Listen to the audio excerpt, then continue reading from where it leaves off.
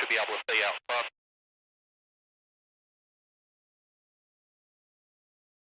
Composite.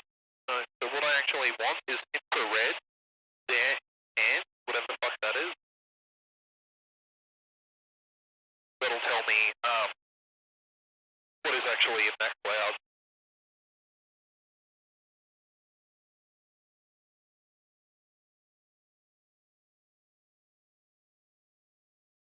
Australia West.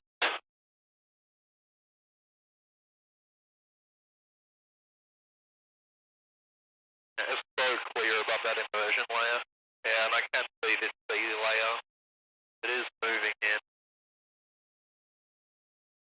It might even be rain. That is actually rain.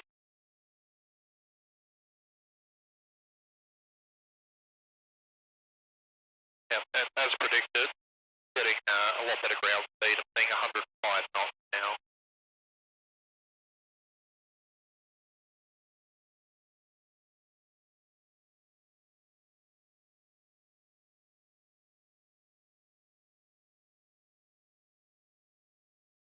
This panda cloud has continued to develop. It looks like right in front of Border Village, there could be some isolated rain there. Something we're going to have to deal with. I can even just see straight ahead. It looks like there's a little bit of rain there, which is probably these cells which are just sort of showing up there. Kind of makes sense.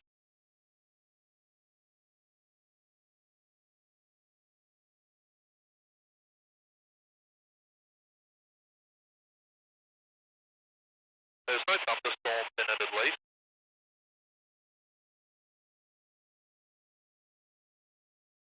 Did it again?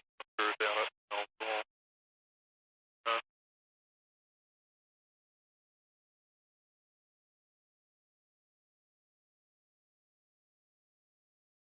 Anyway, while we're approaching these clouds, keep walking.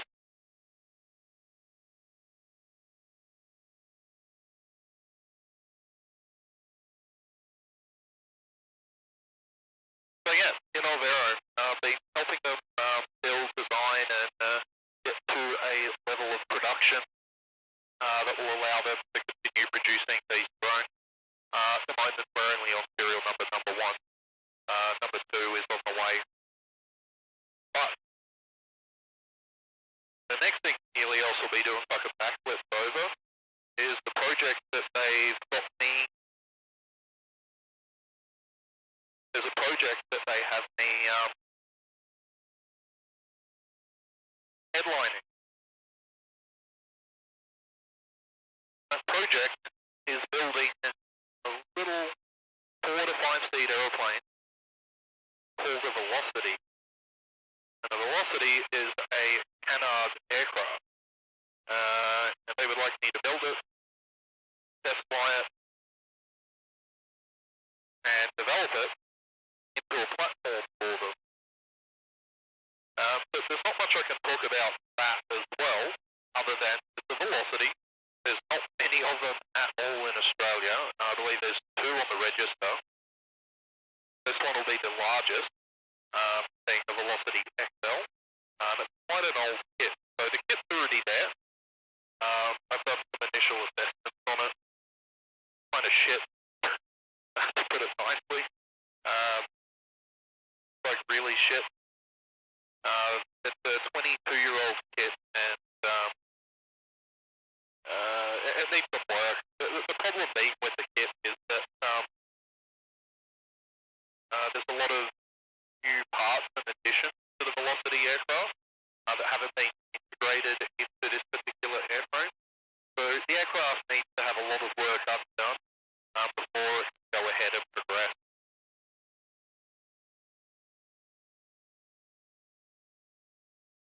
Because of that, there's going to be some significant work. Now, the downside is I can't really show you. I can show you photos of the build and some things, but there's no way I'll be able to stream it because it is in their facility. And like their facility is hardcore. Actually, I'm supposed to hand my phone in as I walk in the door. for security purposes. Yeah, look, I'm actually going to have to defend. I'm not comfortable. I know there's more cloud the further I go along.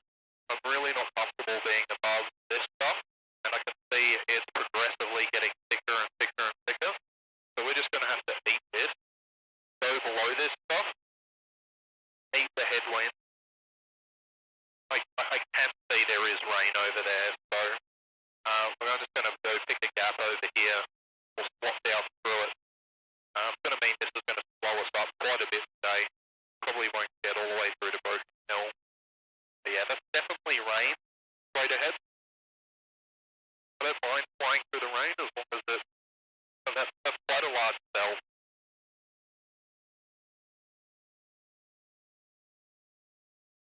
There is no weather radar out here for me to confirm how strong that rain is. But as I get closer and closer, we'll be able to make a decision. I've got more than enough fuel to hang around for a while, but might be able to just sneak through the tail end of it.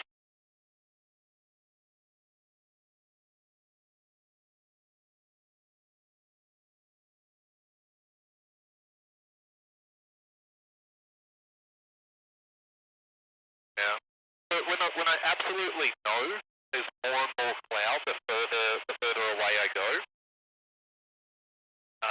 If I knew there's a gap on the other side, or I look at the radar and go, you know what, yeah, I can definitely see there's holes in this cloud.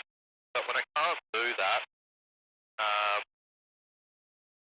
there is absolutely no purpose staying above it, especially in an aircraft like this, which has no instrumentation that even in an emergency I could rely on to get through the cloud layer.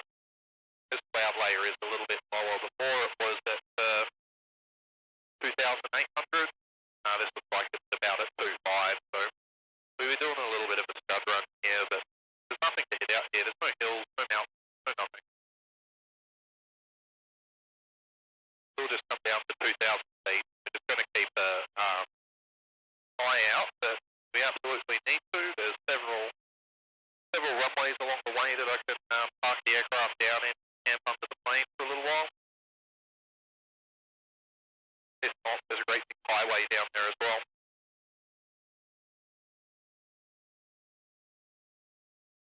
Back down to this page garbage.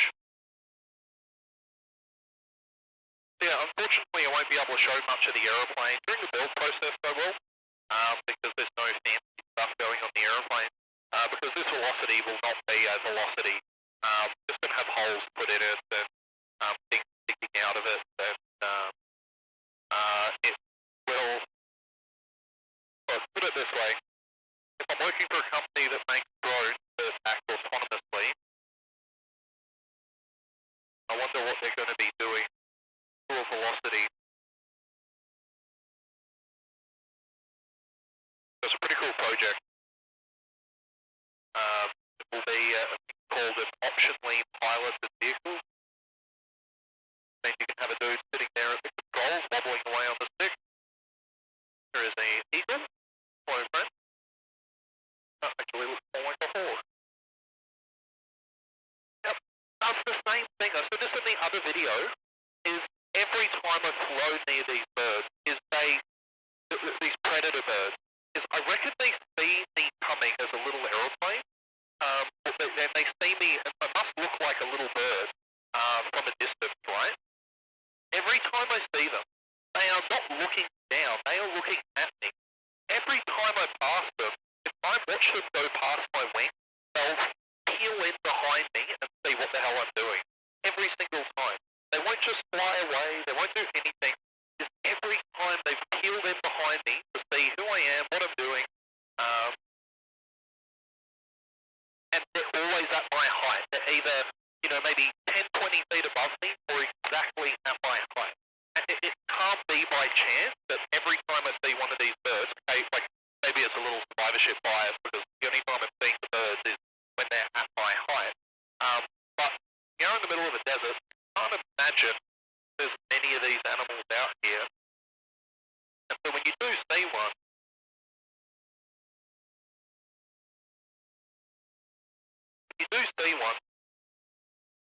and they keep turning towards you, everyone them. If they get really close, you'll dodge them, fly around them, and they'll peel in behind you. The little guys, I think, are looking at me as if I could be a little smack and realise I'm a little bigger than them.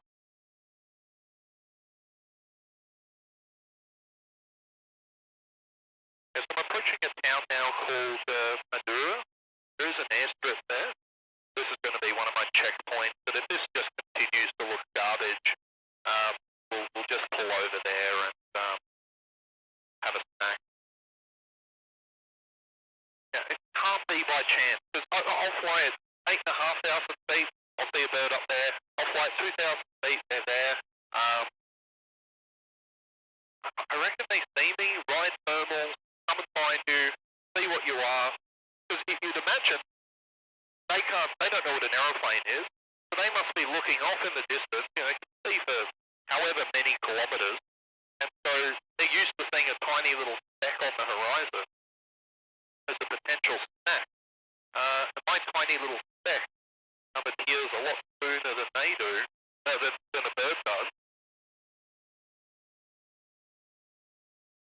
Interesting.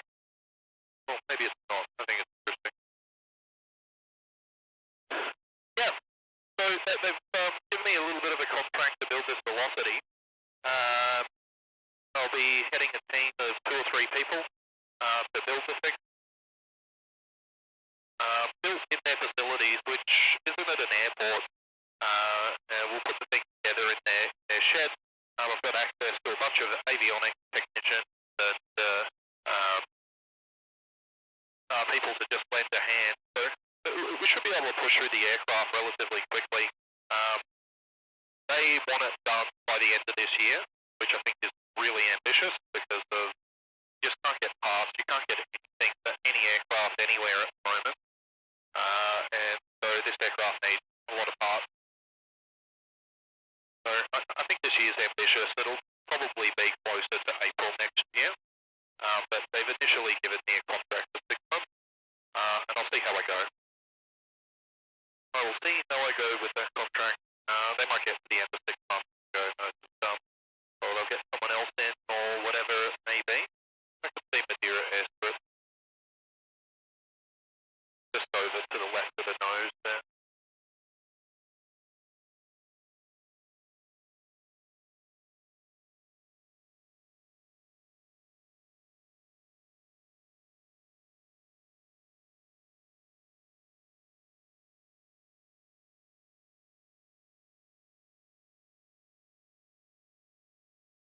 Pretty shitty weather. At least it's not turbulent yet, but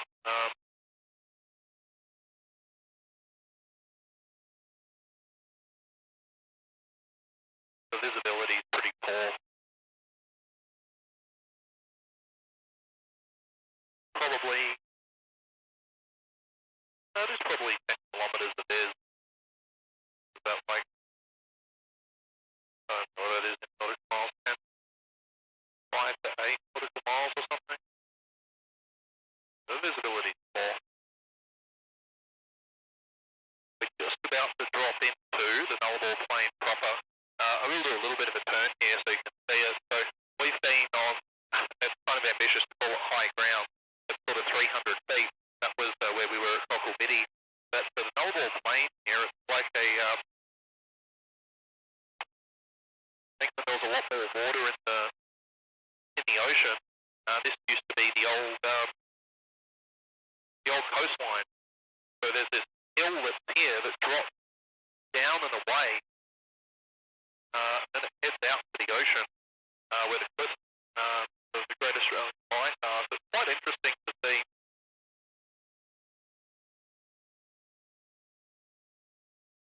But potentially you'll see it down here off the wing. And it's literally this line, it continues sort of north of where we are, but because we're sort of tracking directly east in the shape of Australia, the hill kind of goes away. And this also is the start of the longest straight stretch of road in the world. Like 300 and something kilometres of just a straight road.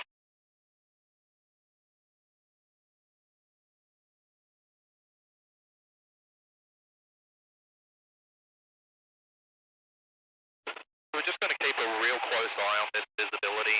But after Madura, the next airstrip is Mundravilla Homestead. We do have a runway there, but it is about 44, 45 nautical miles from where we are here. And so we'll just keep poking our head forward. If this cloud continues to push me down, probably my limit today is going to be about 1,000 feet, just because now that we're through here, the highest point around us is 63 feet, 37 feet, 50 feet. There's a couple of higher hills over to our left, which is actually this sort of cliff face here. They're at 300 feet. So my actual sort of limit of being pushed down today is about 1,000 feet. So if I get to 1,000 and there's still clouds sort of in front of me, we'll turn around and come back to somewhere like here and park the plane up. We'll just keep an eye on it. We do know that there is some potential rain up there as well, which will further reduce visibility. So our job is to deliver a plane, so that's what we're going to try and do. But once the visibility, I can't, if this aircraft had a more advanced avionics system, be a little bit more confident in pushing ahead. But the surprise cloud here would be a very, very, very bad time. I don't even have a turn bank indicator. I've just got a little ball. But literally my only indication of not dying is going to be a phone from 3 years ago.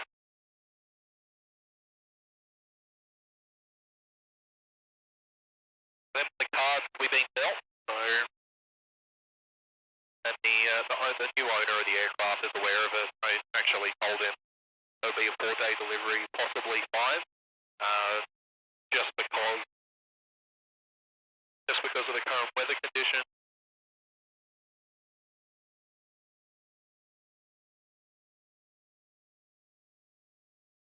The terrain we're flying over, the conditions you kind of need to try and get through. So there is a limit to that. And we are starting to lose the horizon straight ahead. They're probably, we're just in that haze layer. And I don't think this haze layer is going anywhere all day. Or it is, but it's going away at like midday or something. Maybe even 1 o'clock. Really late. But I've got a really good indication here of the road. So if I can continue seeing the road, it's really hard to pick up, sort of the grey of the desert, the grey of the hills. So if I didn't have this road here, I would actually probably turn around, but I could see probably 20, 25 miles following that road.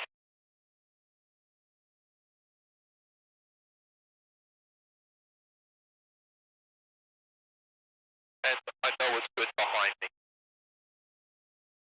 The weather's actually kind of coming through ahead of us and over sort of like that way, and over to our left. So I'm well aware of where the weather is and where it's coming from. It's all not that windy.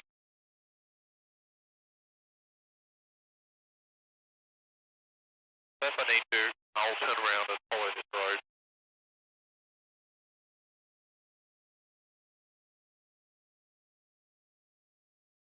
So some people that do these trips, whether they're doing it for fun or whatever, is they'll accept a far higher risk than what I do when I'm doing this. What I mean by that is, an aeroplane we can fly straight lines between places, and a lot of people do that. They'll just point a straight line and go, I want to go from A to B. And you can do that in some aircraft. There's definitely aircraft that are capable and safe enough to do that.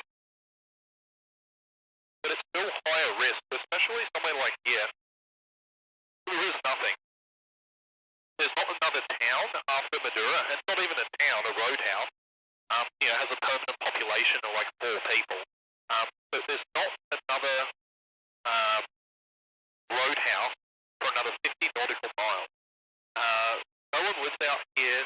There's barely any tracks that go places.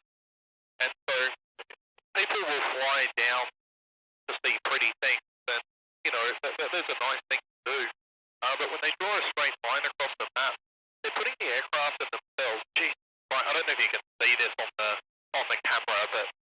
a look at that road. I'll just dump the power and lower the nose here so you can see. Look at that. As far as you can see, there's this great gunshot barrel road. That's pretty cool.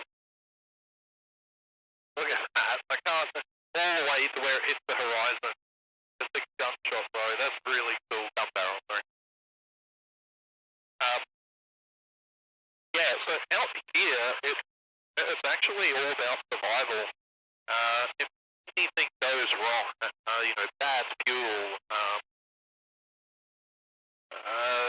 something spills in the cockpit, anything, there's 10,000 parts in an aeroplane.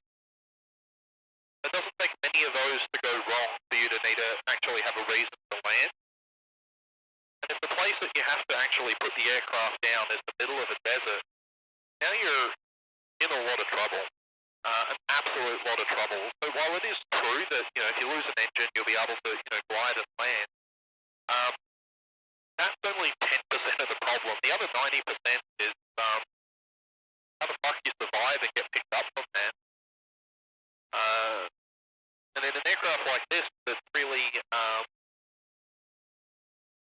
quite a low configured aircraft. It's not a very highly configured aircraft. I mean, it doesn't even have a GPS.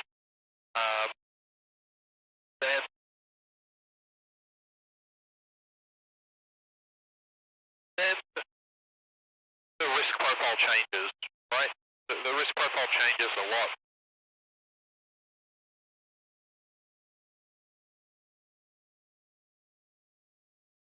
So where I position the aircraft when I'm doing the flight is that if anything goes wrong, I can land either in the middle of the fucking road or just beside it, and someone's going to drive past and see an aeroplane in the road or beside it and go, wow, that's weird. But even if I absolutely fuck up an emergency landing and roll the aeroplane into a ball, someone's going to be like, huh, they're going to come and help me. Or, if something goes wrong with the aeroplane and the thing's a complete fucking shitbox, I can shove my thumb out in the middle of the road and some truck is going to pick me up. They're going to take me to a roadhouse. I can make a phone call to the insurance company and be like, congratulations, the aircraft that you own, Mr. Insurance Person, is 20 miles from this roadhouse. I'm coming back to Perth. Good luck. Or really what I'll do is be like, hello Mr. Insurance Person, I'm also an engineer and a pilot. Would you like me to stay here and fix the aeroplane? Or would you like to spend $20,000 on paying someone else to come out here and get it? And then I get to give them a bill. I get to make some money out of it. Should be nice. There's that rain over there to our left.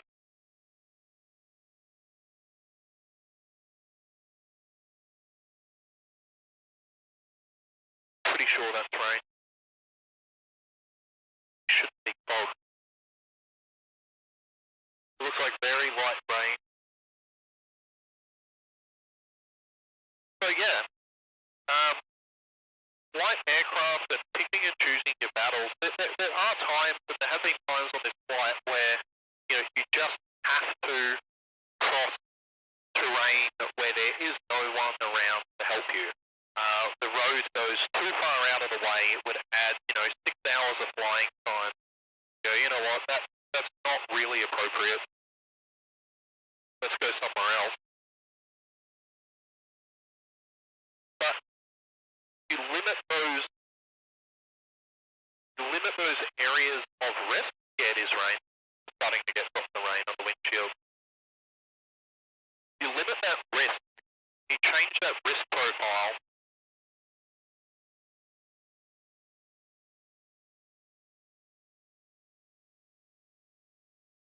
by doing checkpoints up until that point. Like, is the aircraft running okay? Do I have enough fuel? Do I have enough fuel to turn around? All of that stuff. I'm just going to have to do a bit of thinking here, because the risk is this rain is going to cut me off from turning around and coming back.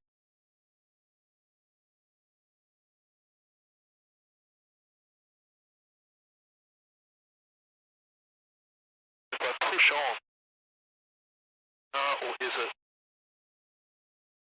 Let's see what the high altitude wind is doing. I need to see what way this cloud's moving.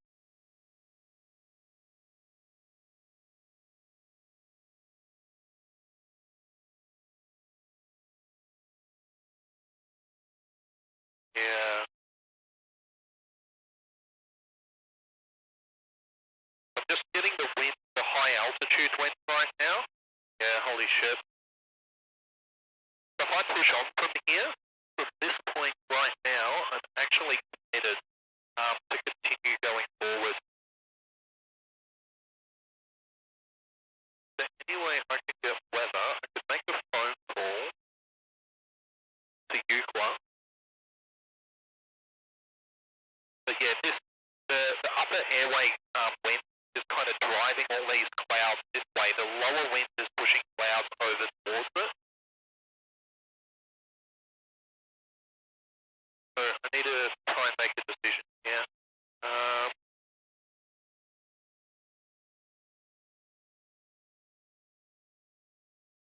This does have infrared satellite.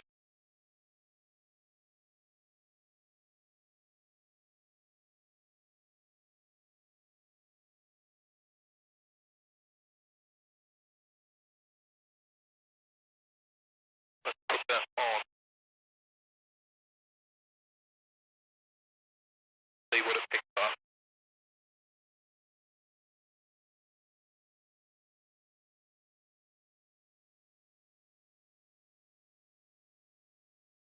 This make it the 3-wash. Look, this is isolated rain. I can see the other side of it. So if this continued, if this rain that I'm seeing here continued a long way further forward, like this was this really big band, but I know from the weather, the rain, from when I looked at that very enhanced infrared satellite image, is it's quite a narrow band, and that narrow band is kind of cutting across us like this. This is the tip of it. So the high altitude wind is kind of blowing it this way across Australia. The low altitude wind is blowing these clouds in from the sea. So we've got quite a complex bit of weather happening right now. But if I'll just point my nose over this way so you can actually see, is out over here, there is no rain cloud there. There is none. So while I can't turn around, that decision, what I was saying, is true. While I can't turn around if I get further down range and come back because that rain is going to cut me off, there isn't any further bad weather further ahead. There's low sort of haze that's still around, but that's not different. There's nothing different about that. I can see it's clear over to my right, but I can make a decision here to continue onward, and I have another airfield 25 mile ahead. I can visually see 25 mile ahead, so I can continue. If I couldn't see 25 mile ahead, I'm probably turning around here. But I can see quite a significant way forward. And I'm only at 1,500 feet. So that kind of comes with experience, sort of knowing at your height how far you can see. 10 miles from me is just 10 miles from me is just straight ahead, where the road kind of bends a little bit to the left.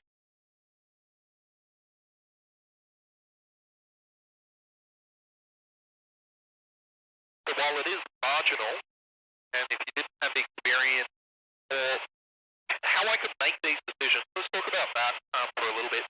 How I can make these decisions is the hours that you put in when you're not flying. I keep saying all the time is you do as much flying as you can on the ground.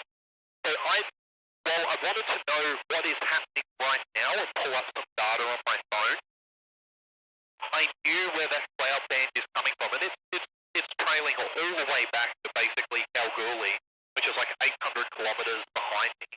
It's sort of northwest behind me.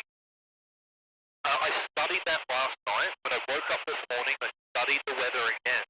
So then when I come out here, I can look out the front of the aeroplane, have the knowledge base and understanding of what's actually happening across the state, across 1,000 kilometre stretch, and understand what possibly or probably could happen. And then I can make decisions from there. If I didn't spend all that time studying over the weather, pulling all of the resources I have, I couldn't make these decisions. I wouldn't be able to. The only decision I'd be able to make in the aeroplane is turn around and land. Because I wouldn't have had that background knowledge, and you can't obtain that background knowledge while you're flying an aeroplane. There's so much stuff going along.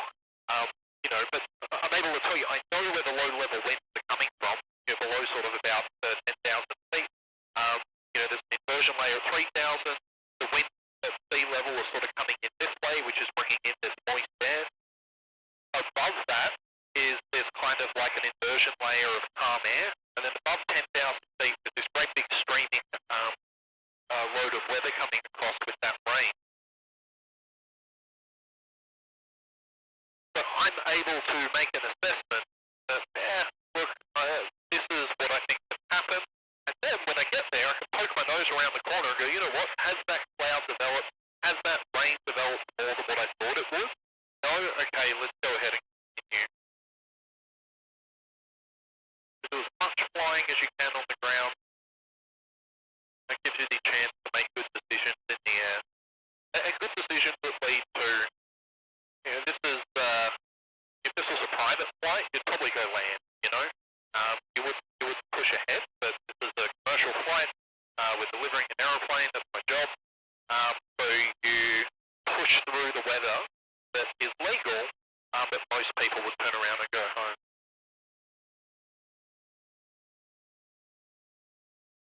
Always practice the ability to make good decisions.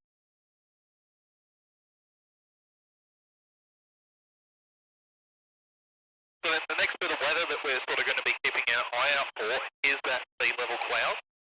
So this next airfield we're getting to, it's going to be my next go-no-go point. Or if I get there and it looks okay, we'll continue. But I always want to know that that airfield is there. That if this sea level cloud, like I'm at sort of 1,800 feet at the moment, if that sea level cloud, keeps driving me down and starting to get to 1,500 feet, still cloud below me, I go, yeah, you know what, let's turn around. And I know what I'm expecting to see. I know I'm expecting to see that downrange. And one of the skills I've learned with this long distance flying is you have to look so far ahead. You have to look days behind. Like you have to start, with this trip I was watching the weather 7 days ago. I was looking at the pressure line, the isobar line, and just looking at what the general weather is doing the week beforehand and then what it's going to. So I can predict, am I going to have a window? What am I going to have to deal with? Then as I get closer and the weather predictions get a lot more accurate, that's when I can start making plans and make actual decisions as to where, how, and why I'm going to position the aircraft. So being able to look ahead 2, 3, 4 days, because that's where I'm going to be. I have to think about what's happening now, but I also have to think about what's happening in 2 or 3 days, thousands of kilometers away. And that's a little different, because most of the time, if you're doing a big, big trip like this, you're not doing it in a small little putt-putt aeroplane, right? You're doing it in, a high-performance aircraft, doing 130, 160, sometimes more knots, especially if it's a jet or something. You only really need to know what the weather's doing in a 6-hour period. That's all you care about. Because 6 hours from now, you're going to be through the weather. With this, I need to know what's happening over a 4 or a 5-day period across thousands of kilometers. And I need to be able to predict what the weather's doing. And predict it better than what the weather people are predicting it at. So yeah. Anyway, been flying around in straight lines for a while. Yeah, so plan is building a velocity, get the thing flying, kind of go from there. So I'm going to save some video footage here for landing or anything like that. If anything does change between here and the border, I'll probably put the camera on and just record showing you anything that's happened or changed weather-wise.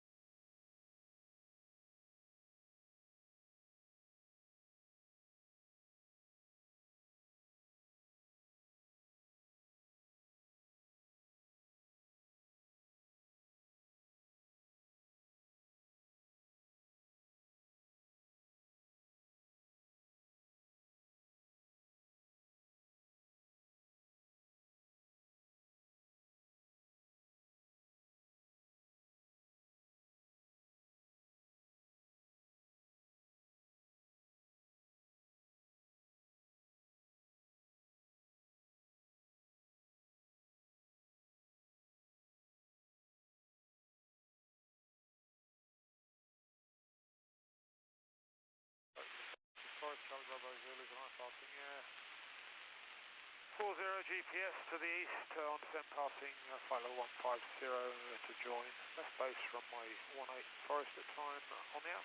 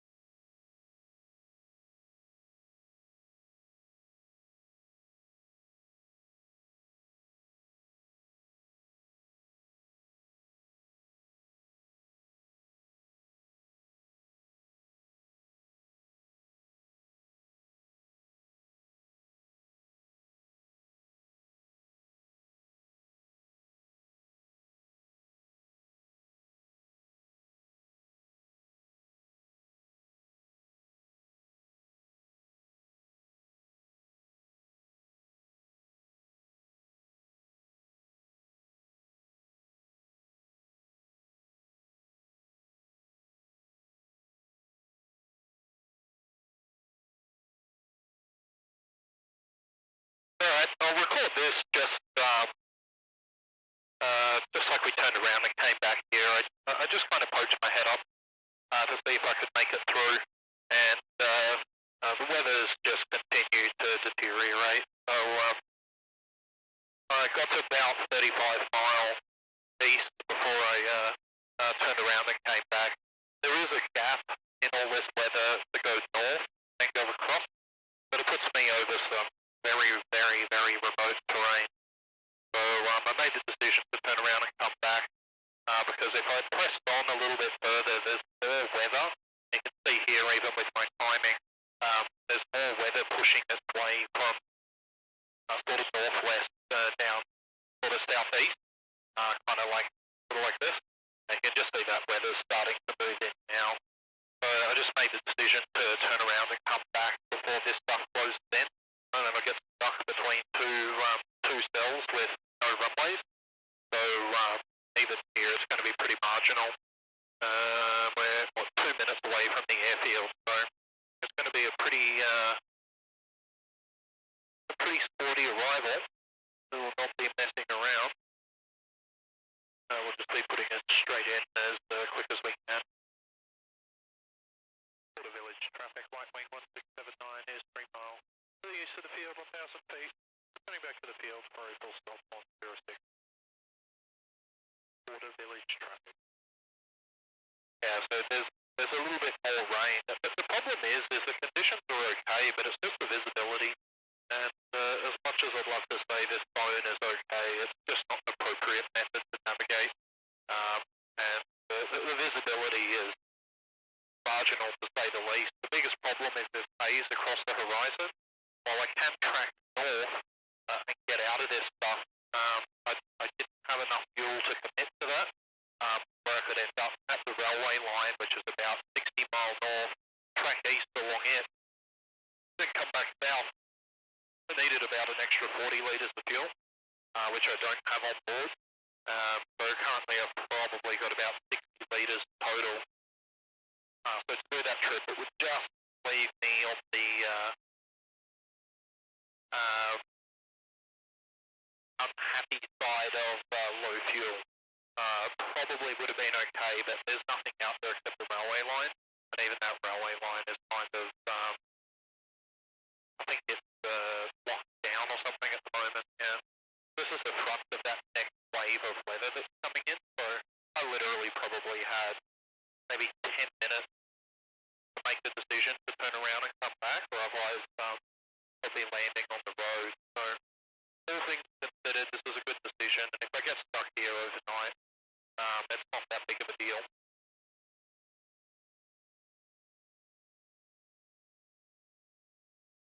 Not that big of a deal. Porter Village traffic, Lightwing 1679 west downwind, 2006 Porter Village.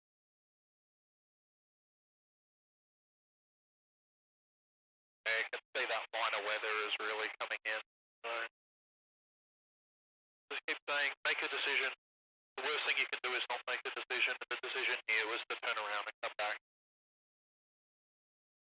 But let's focus on landing the thing first. There is a little bit of turbulence now. Okay, there's the tip. We'll set the power. Use the turn to slow down. Speed 7. 1, 2, 3, 4. There's black line. Black line. Reset the power to about 35. Give yourself a little summer trim.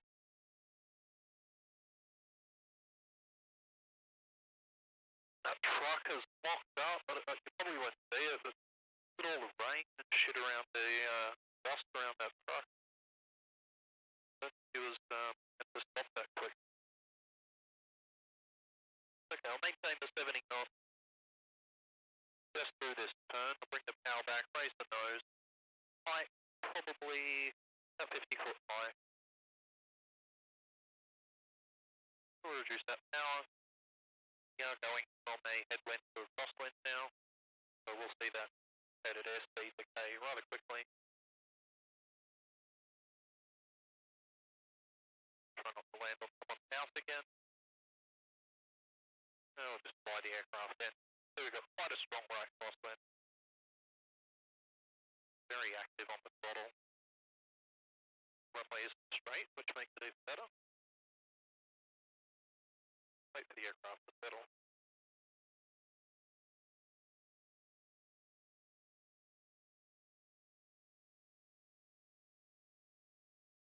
Clean up these flaps nice and quick, will help slow down.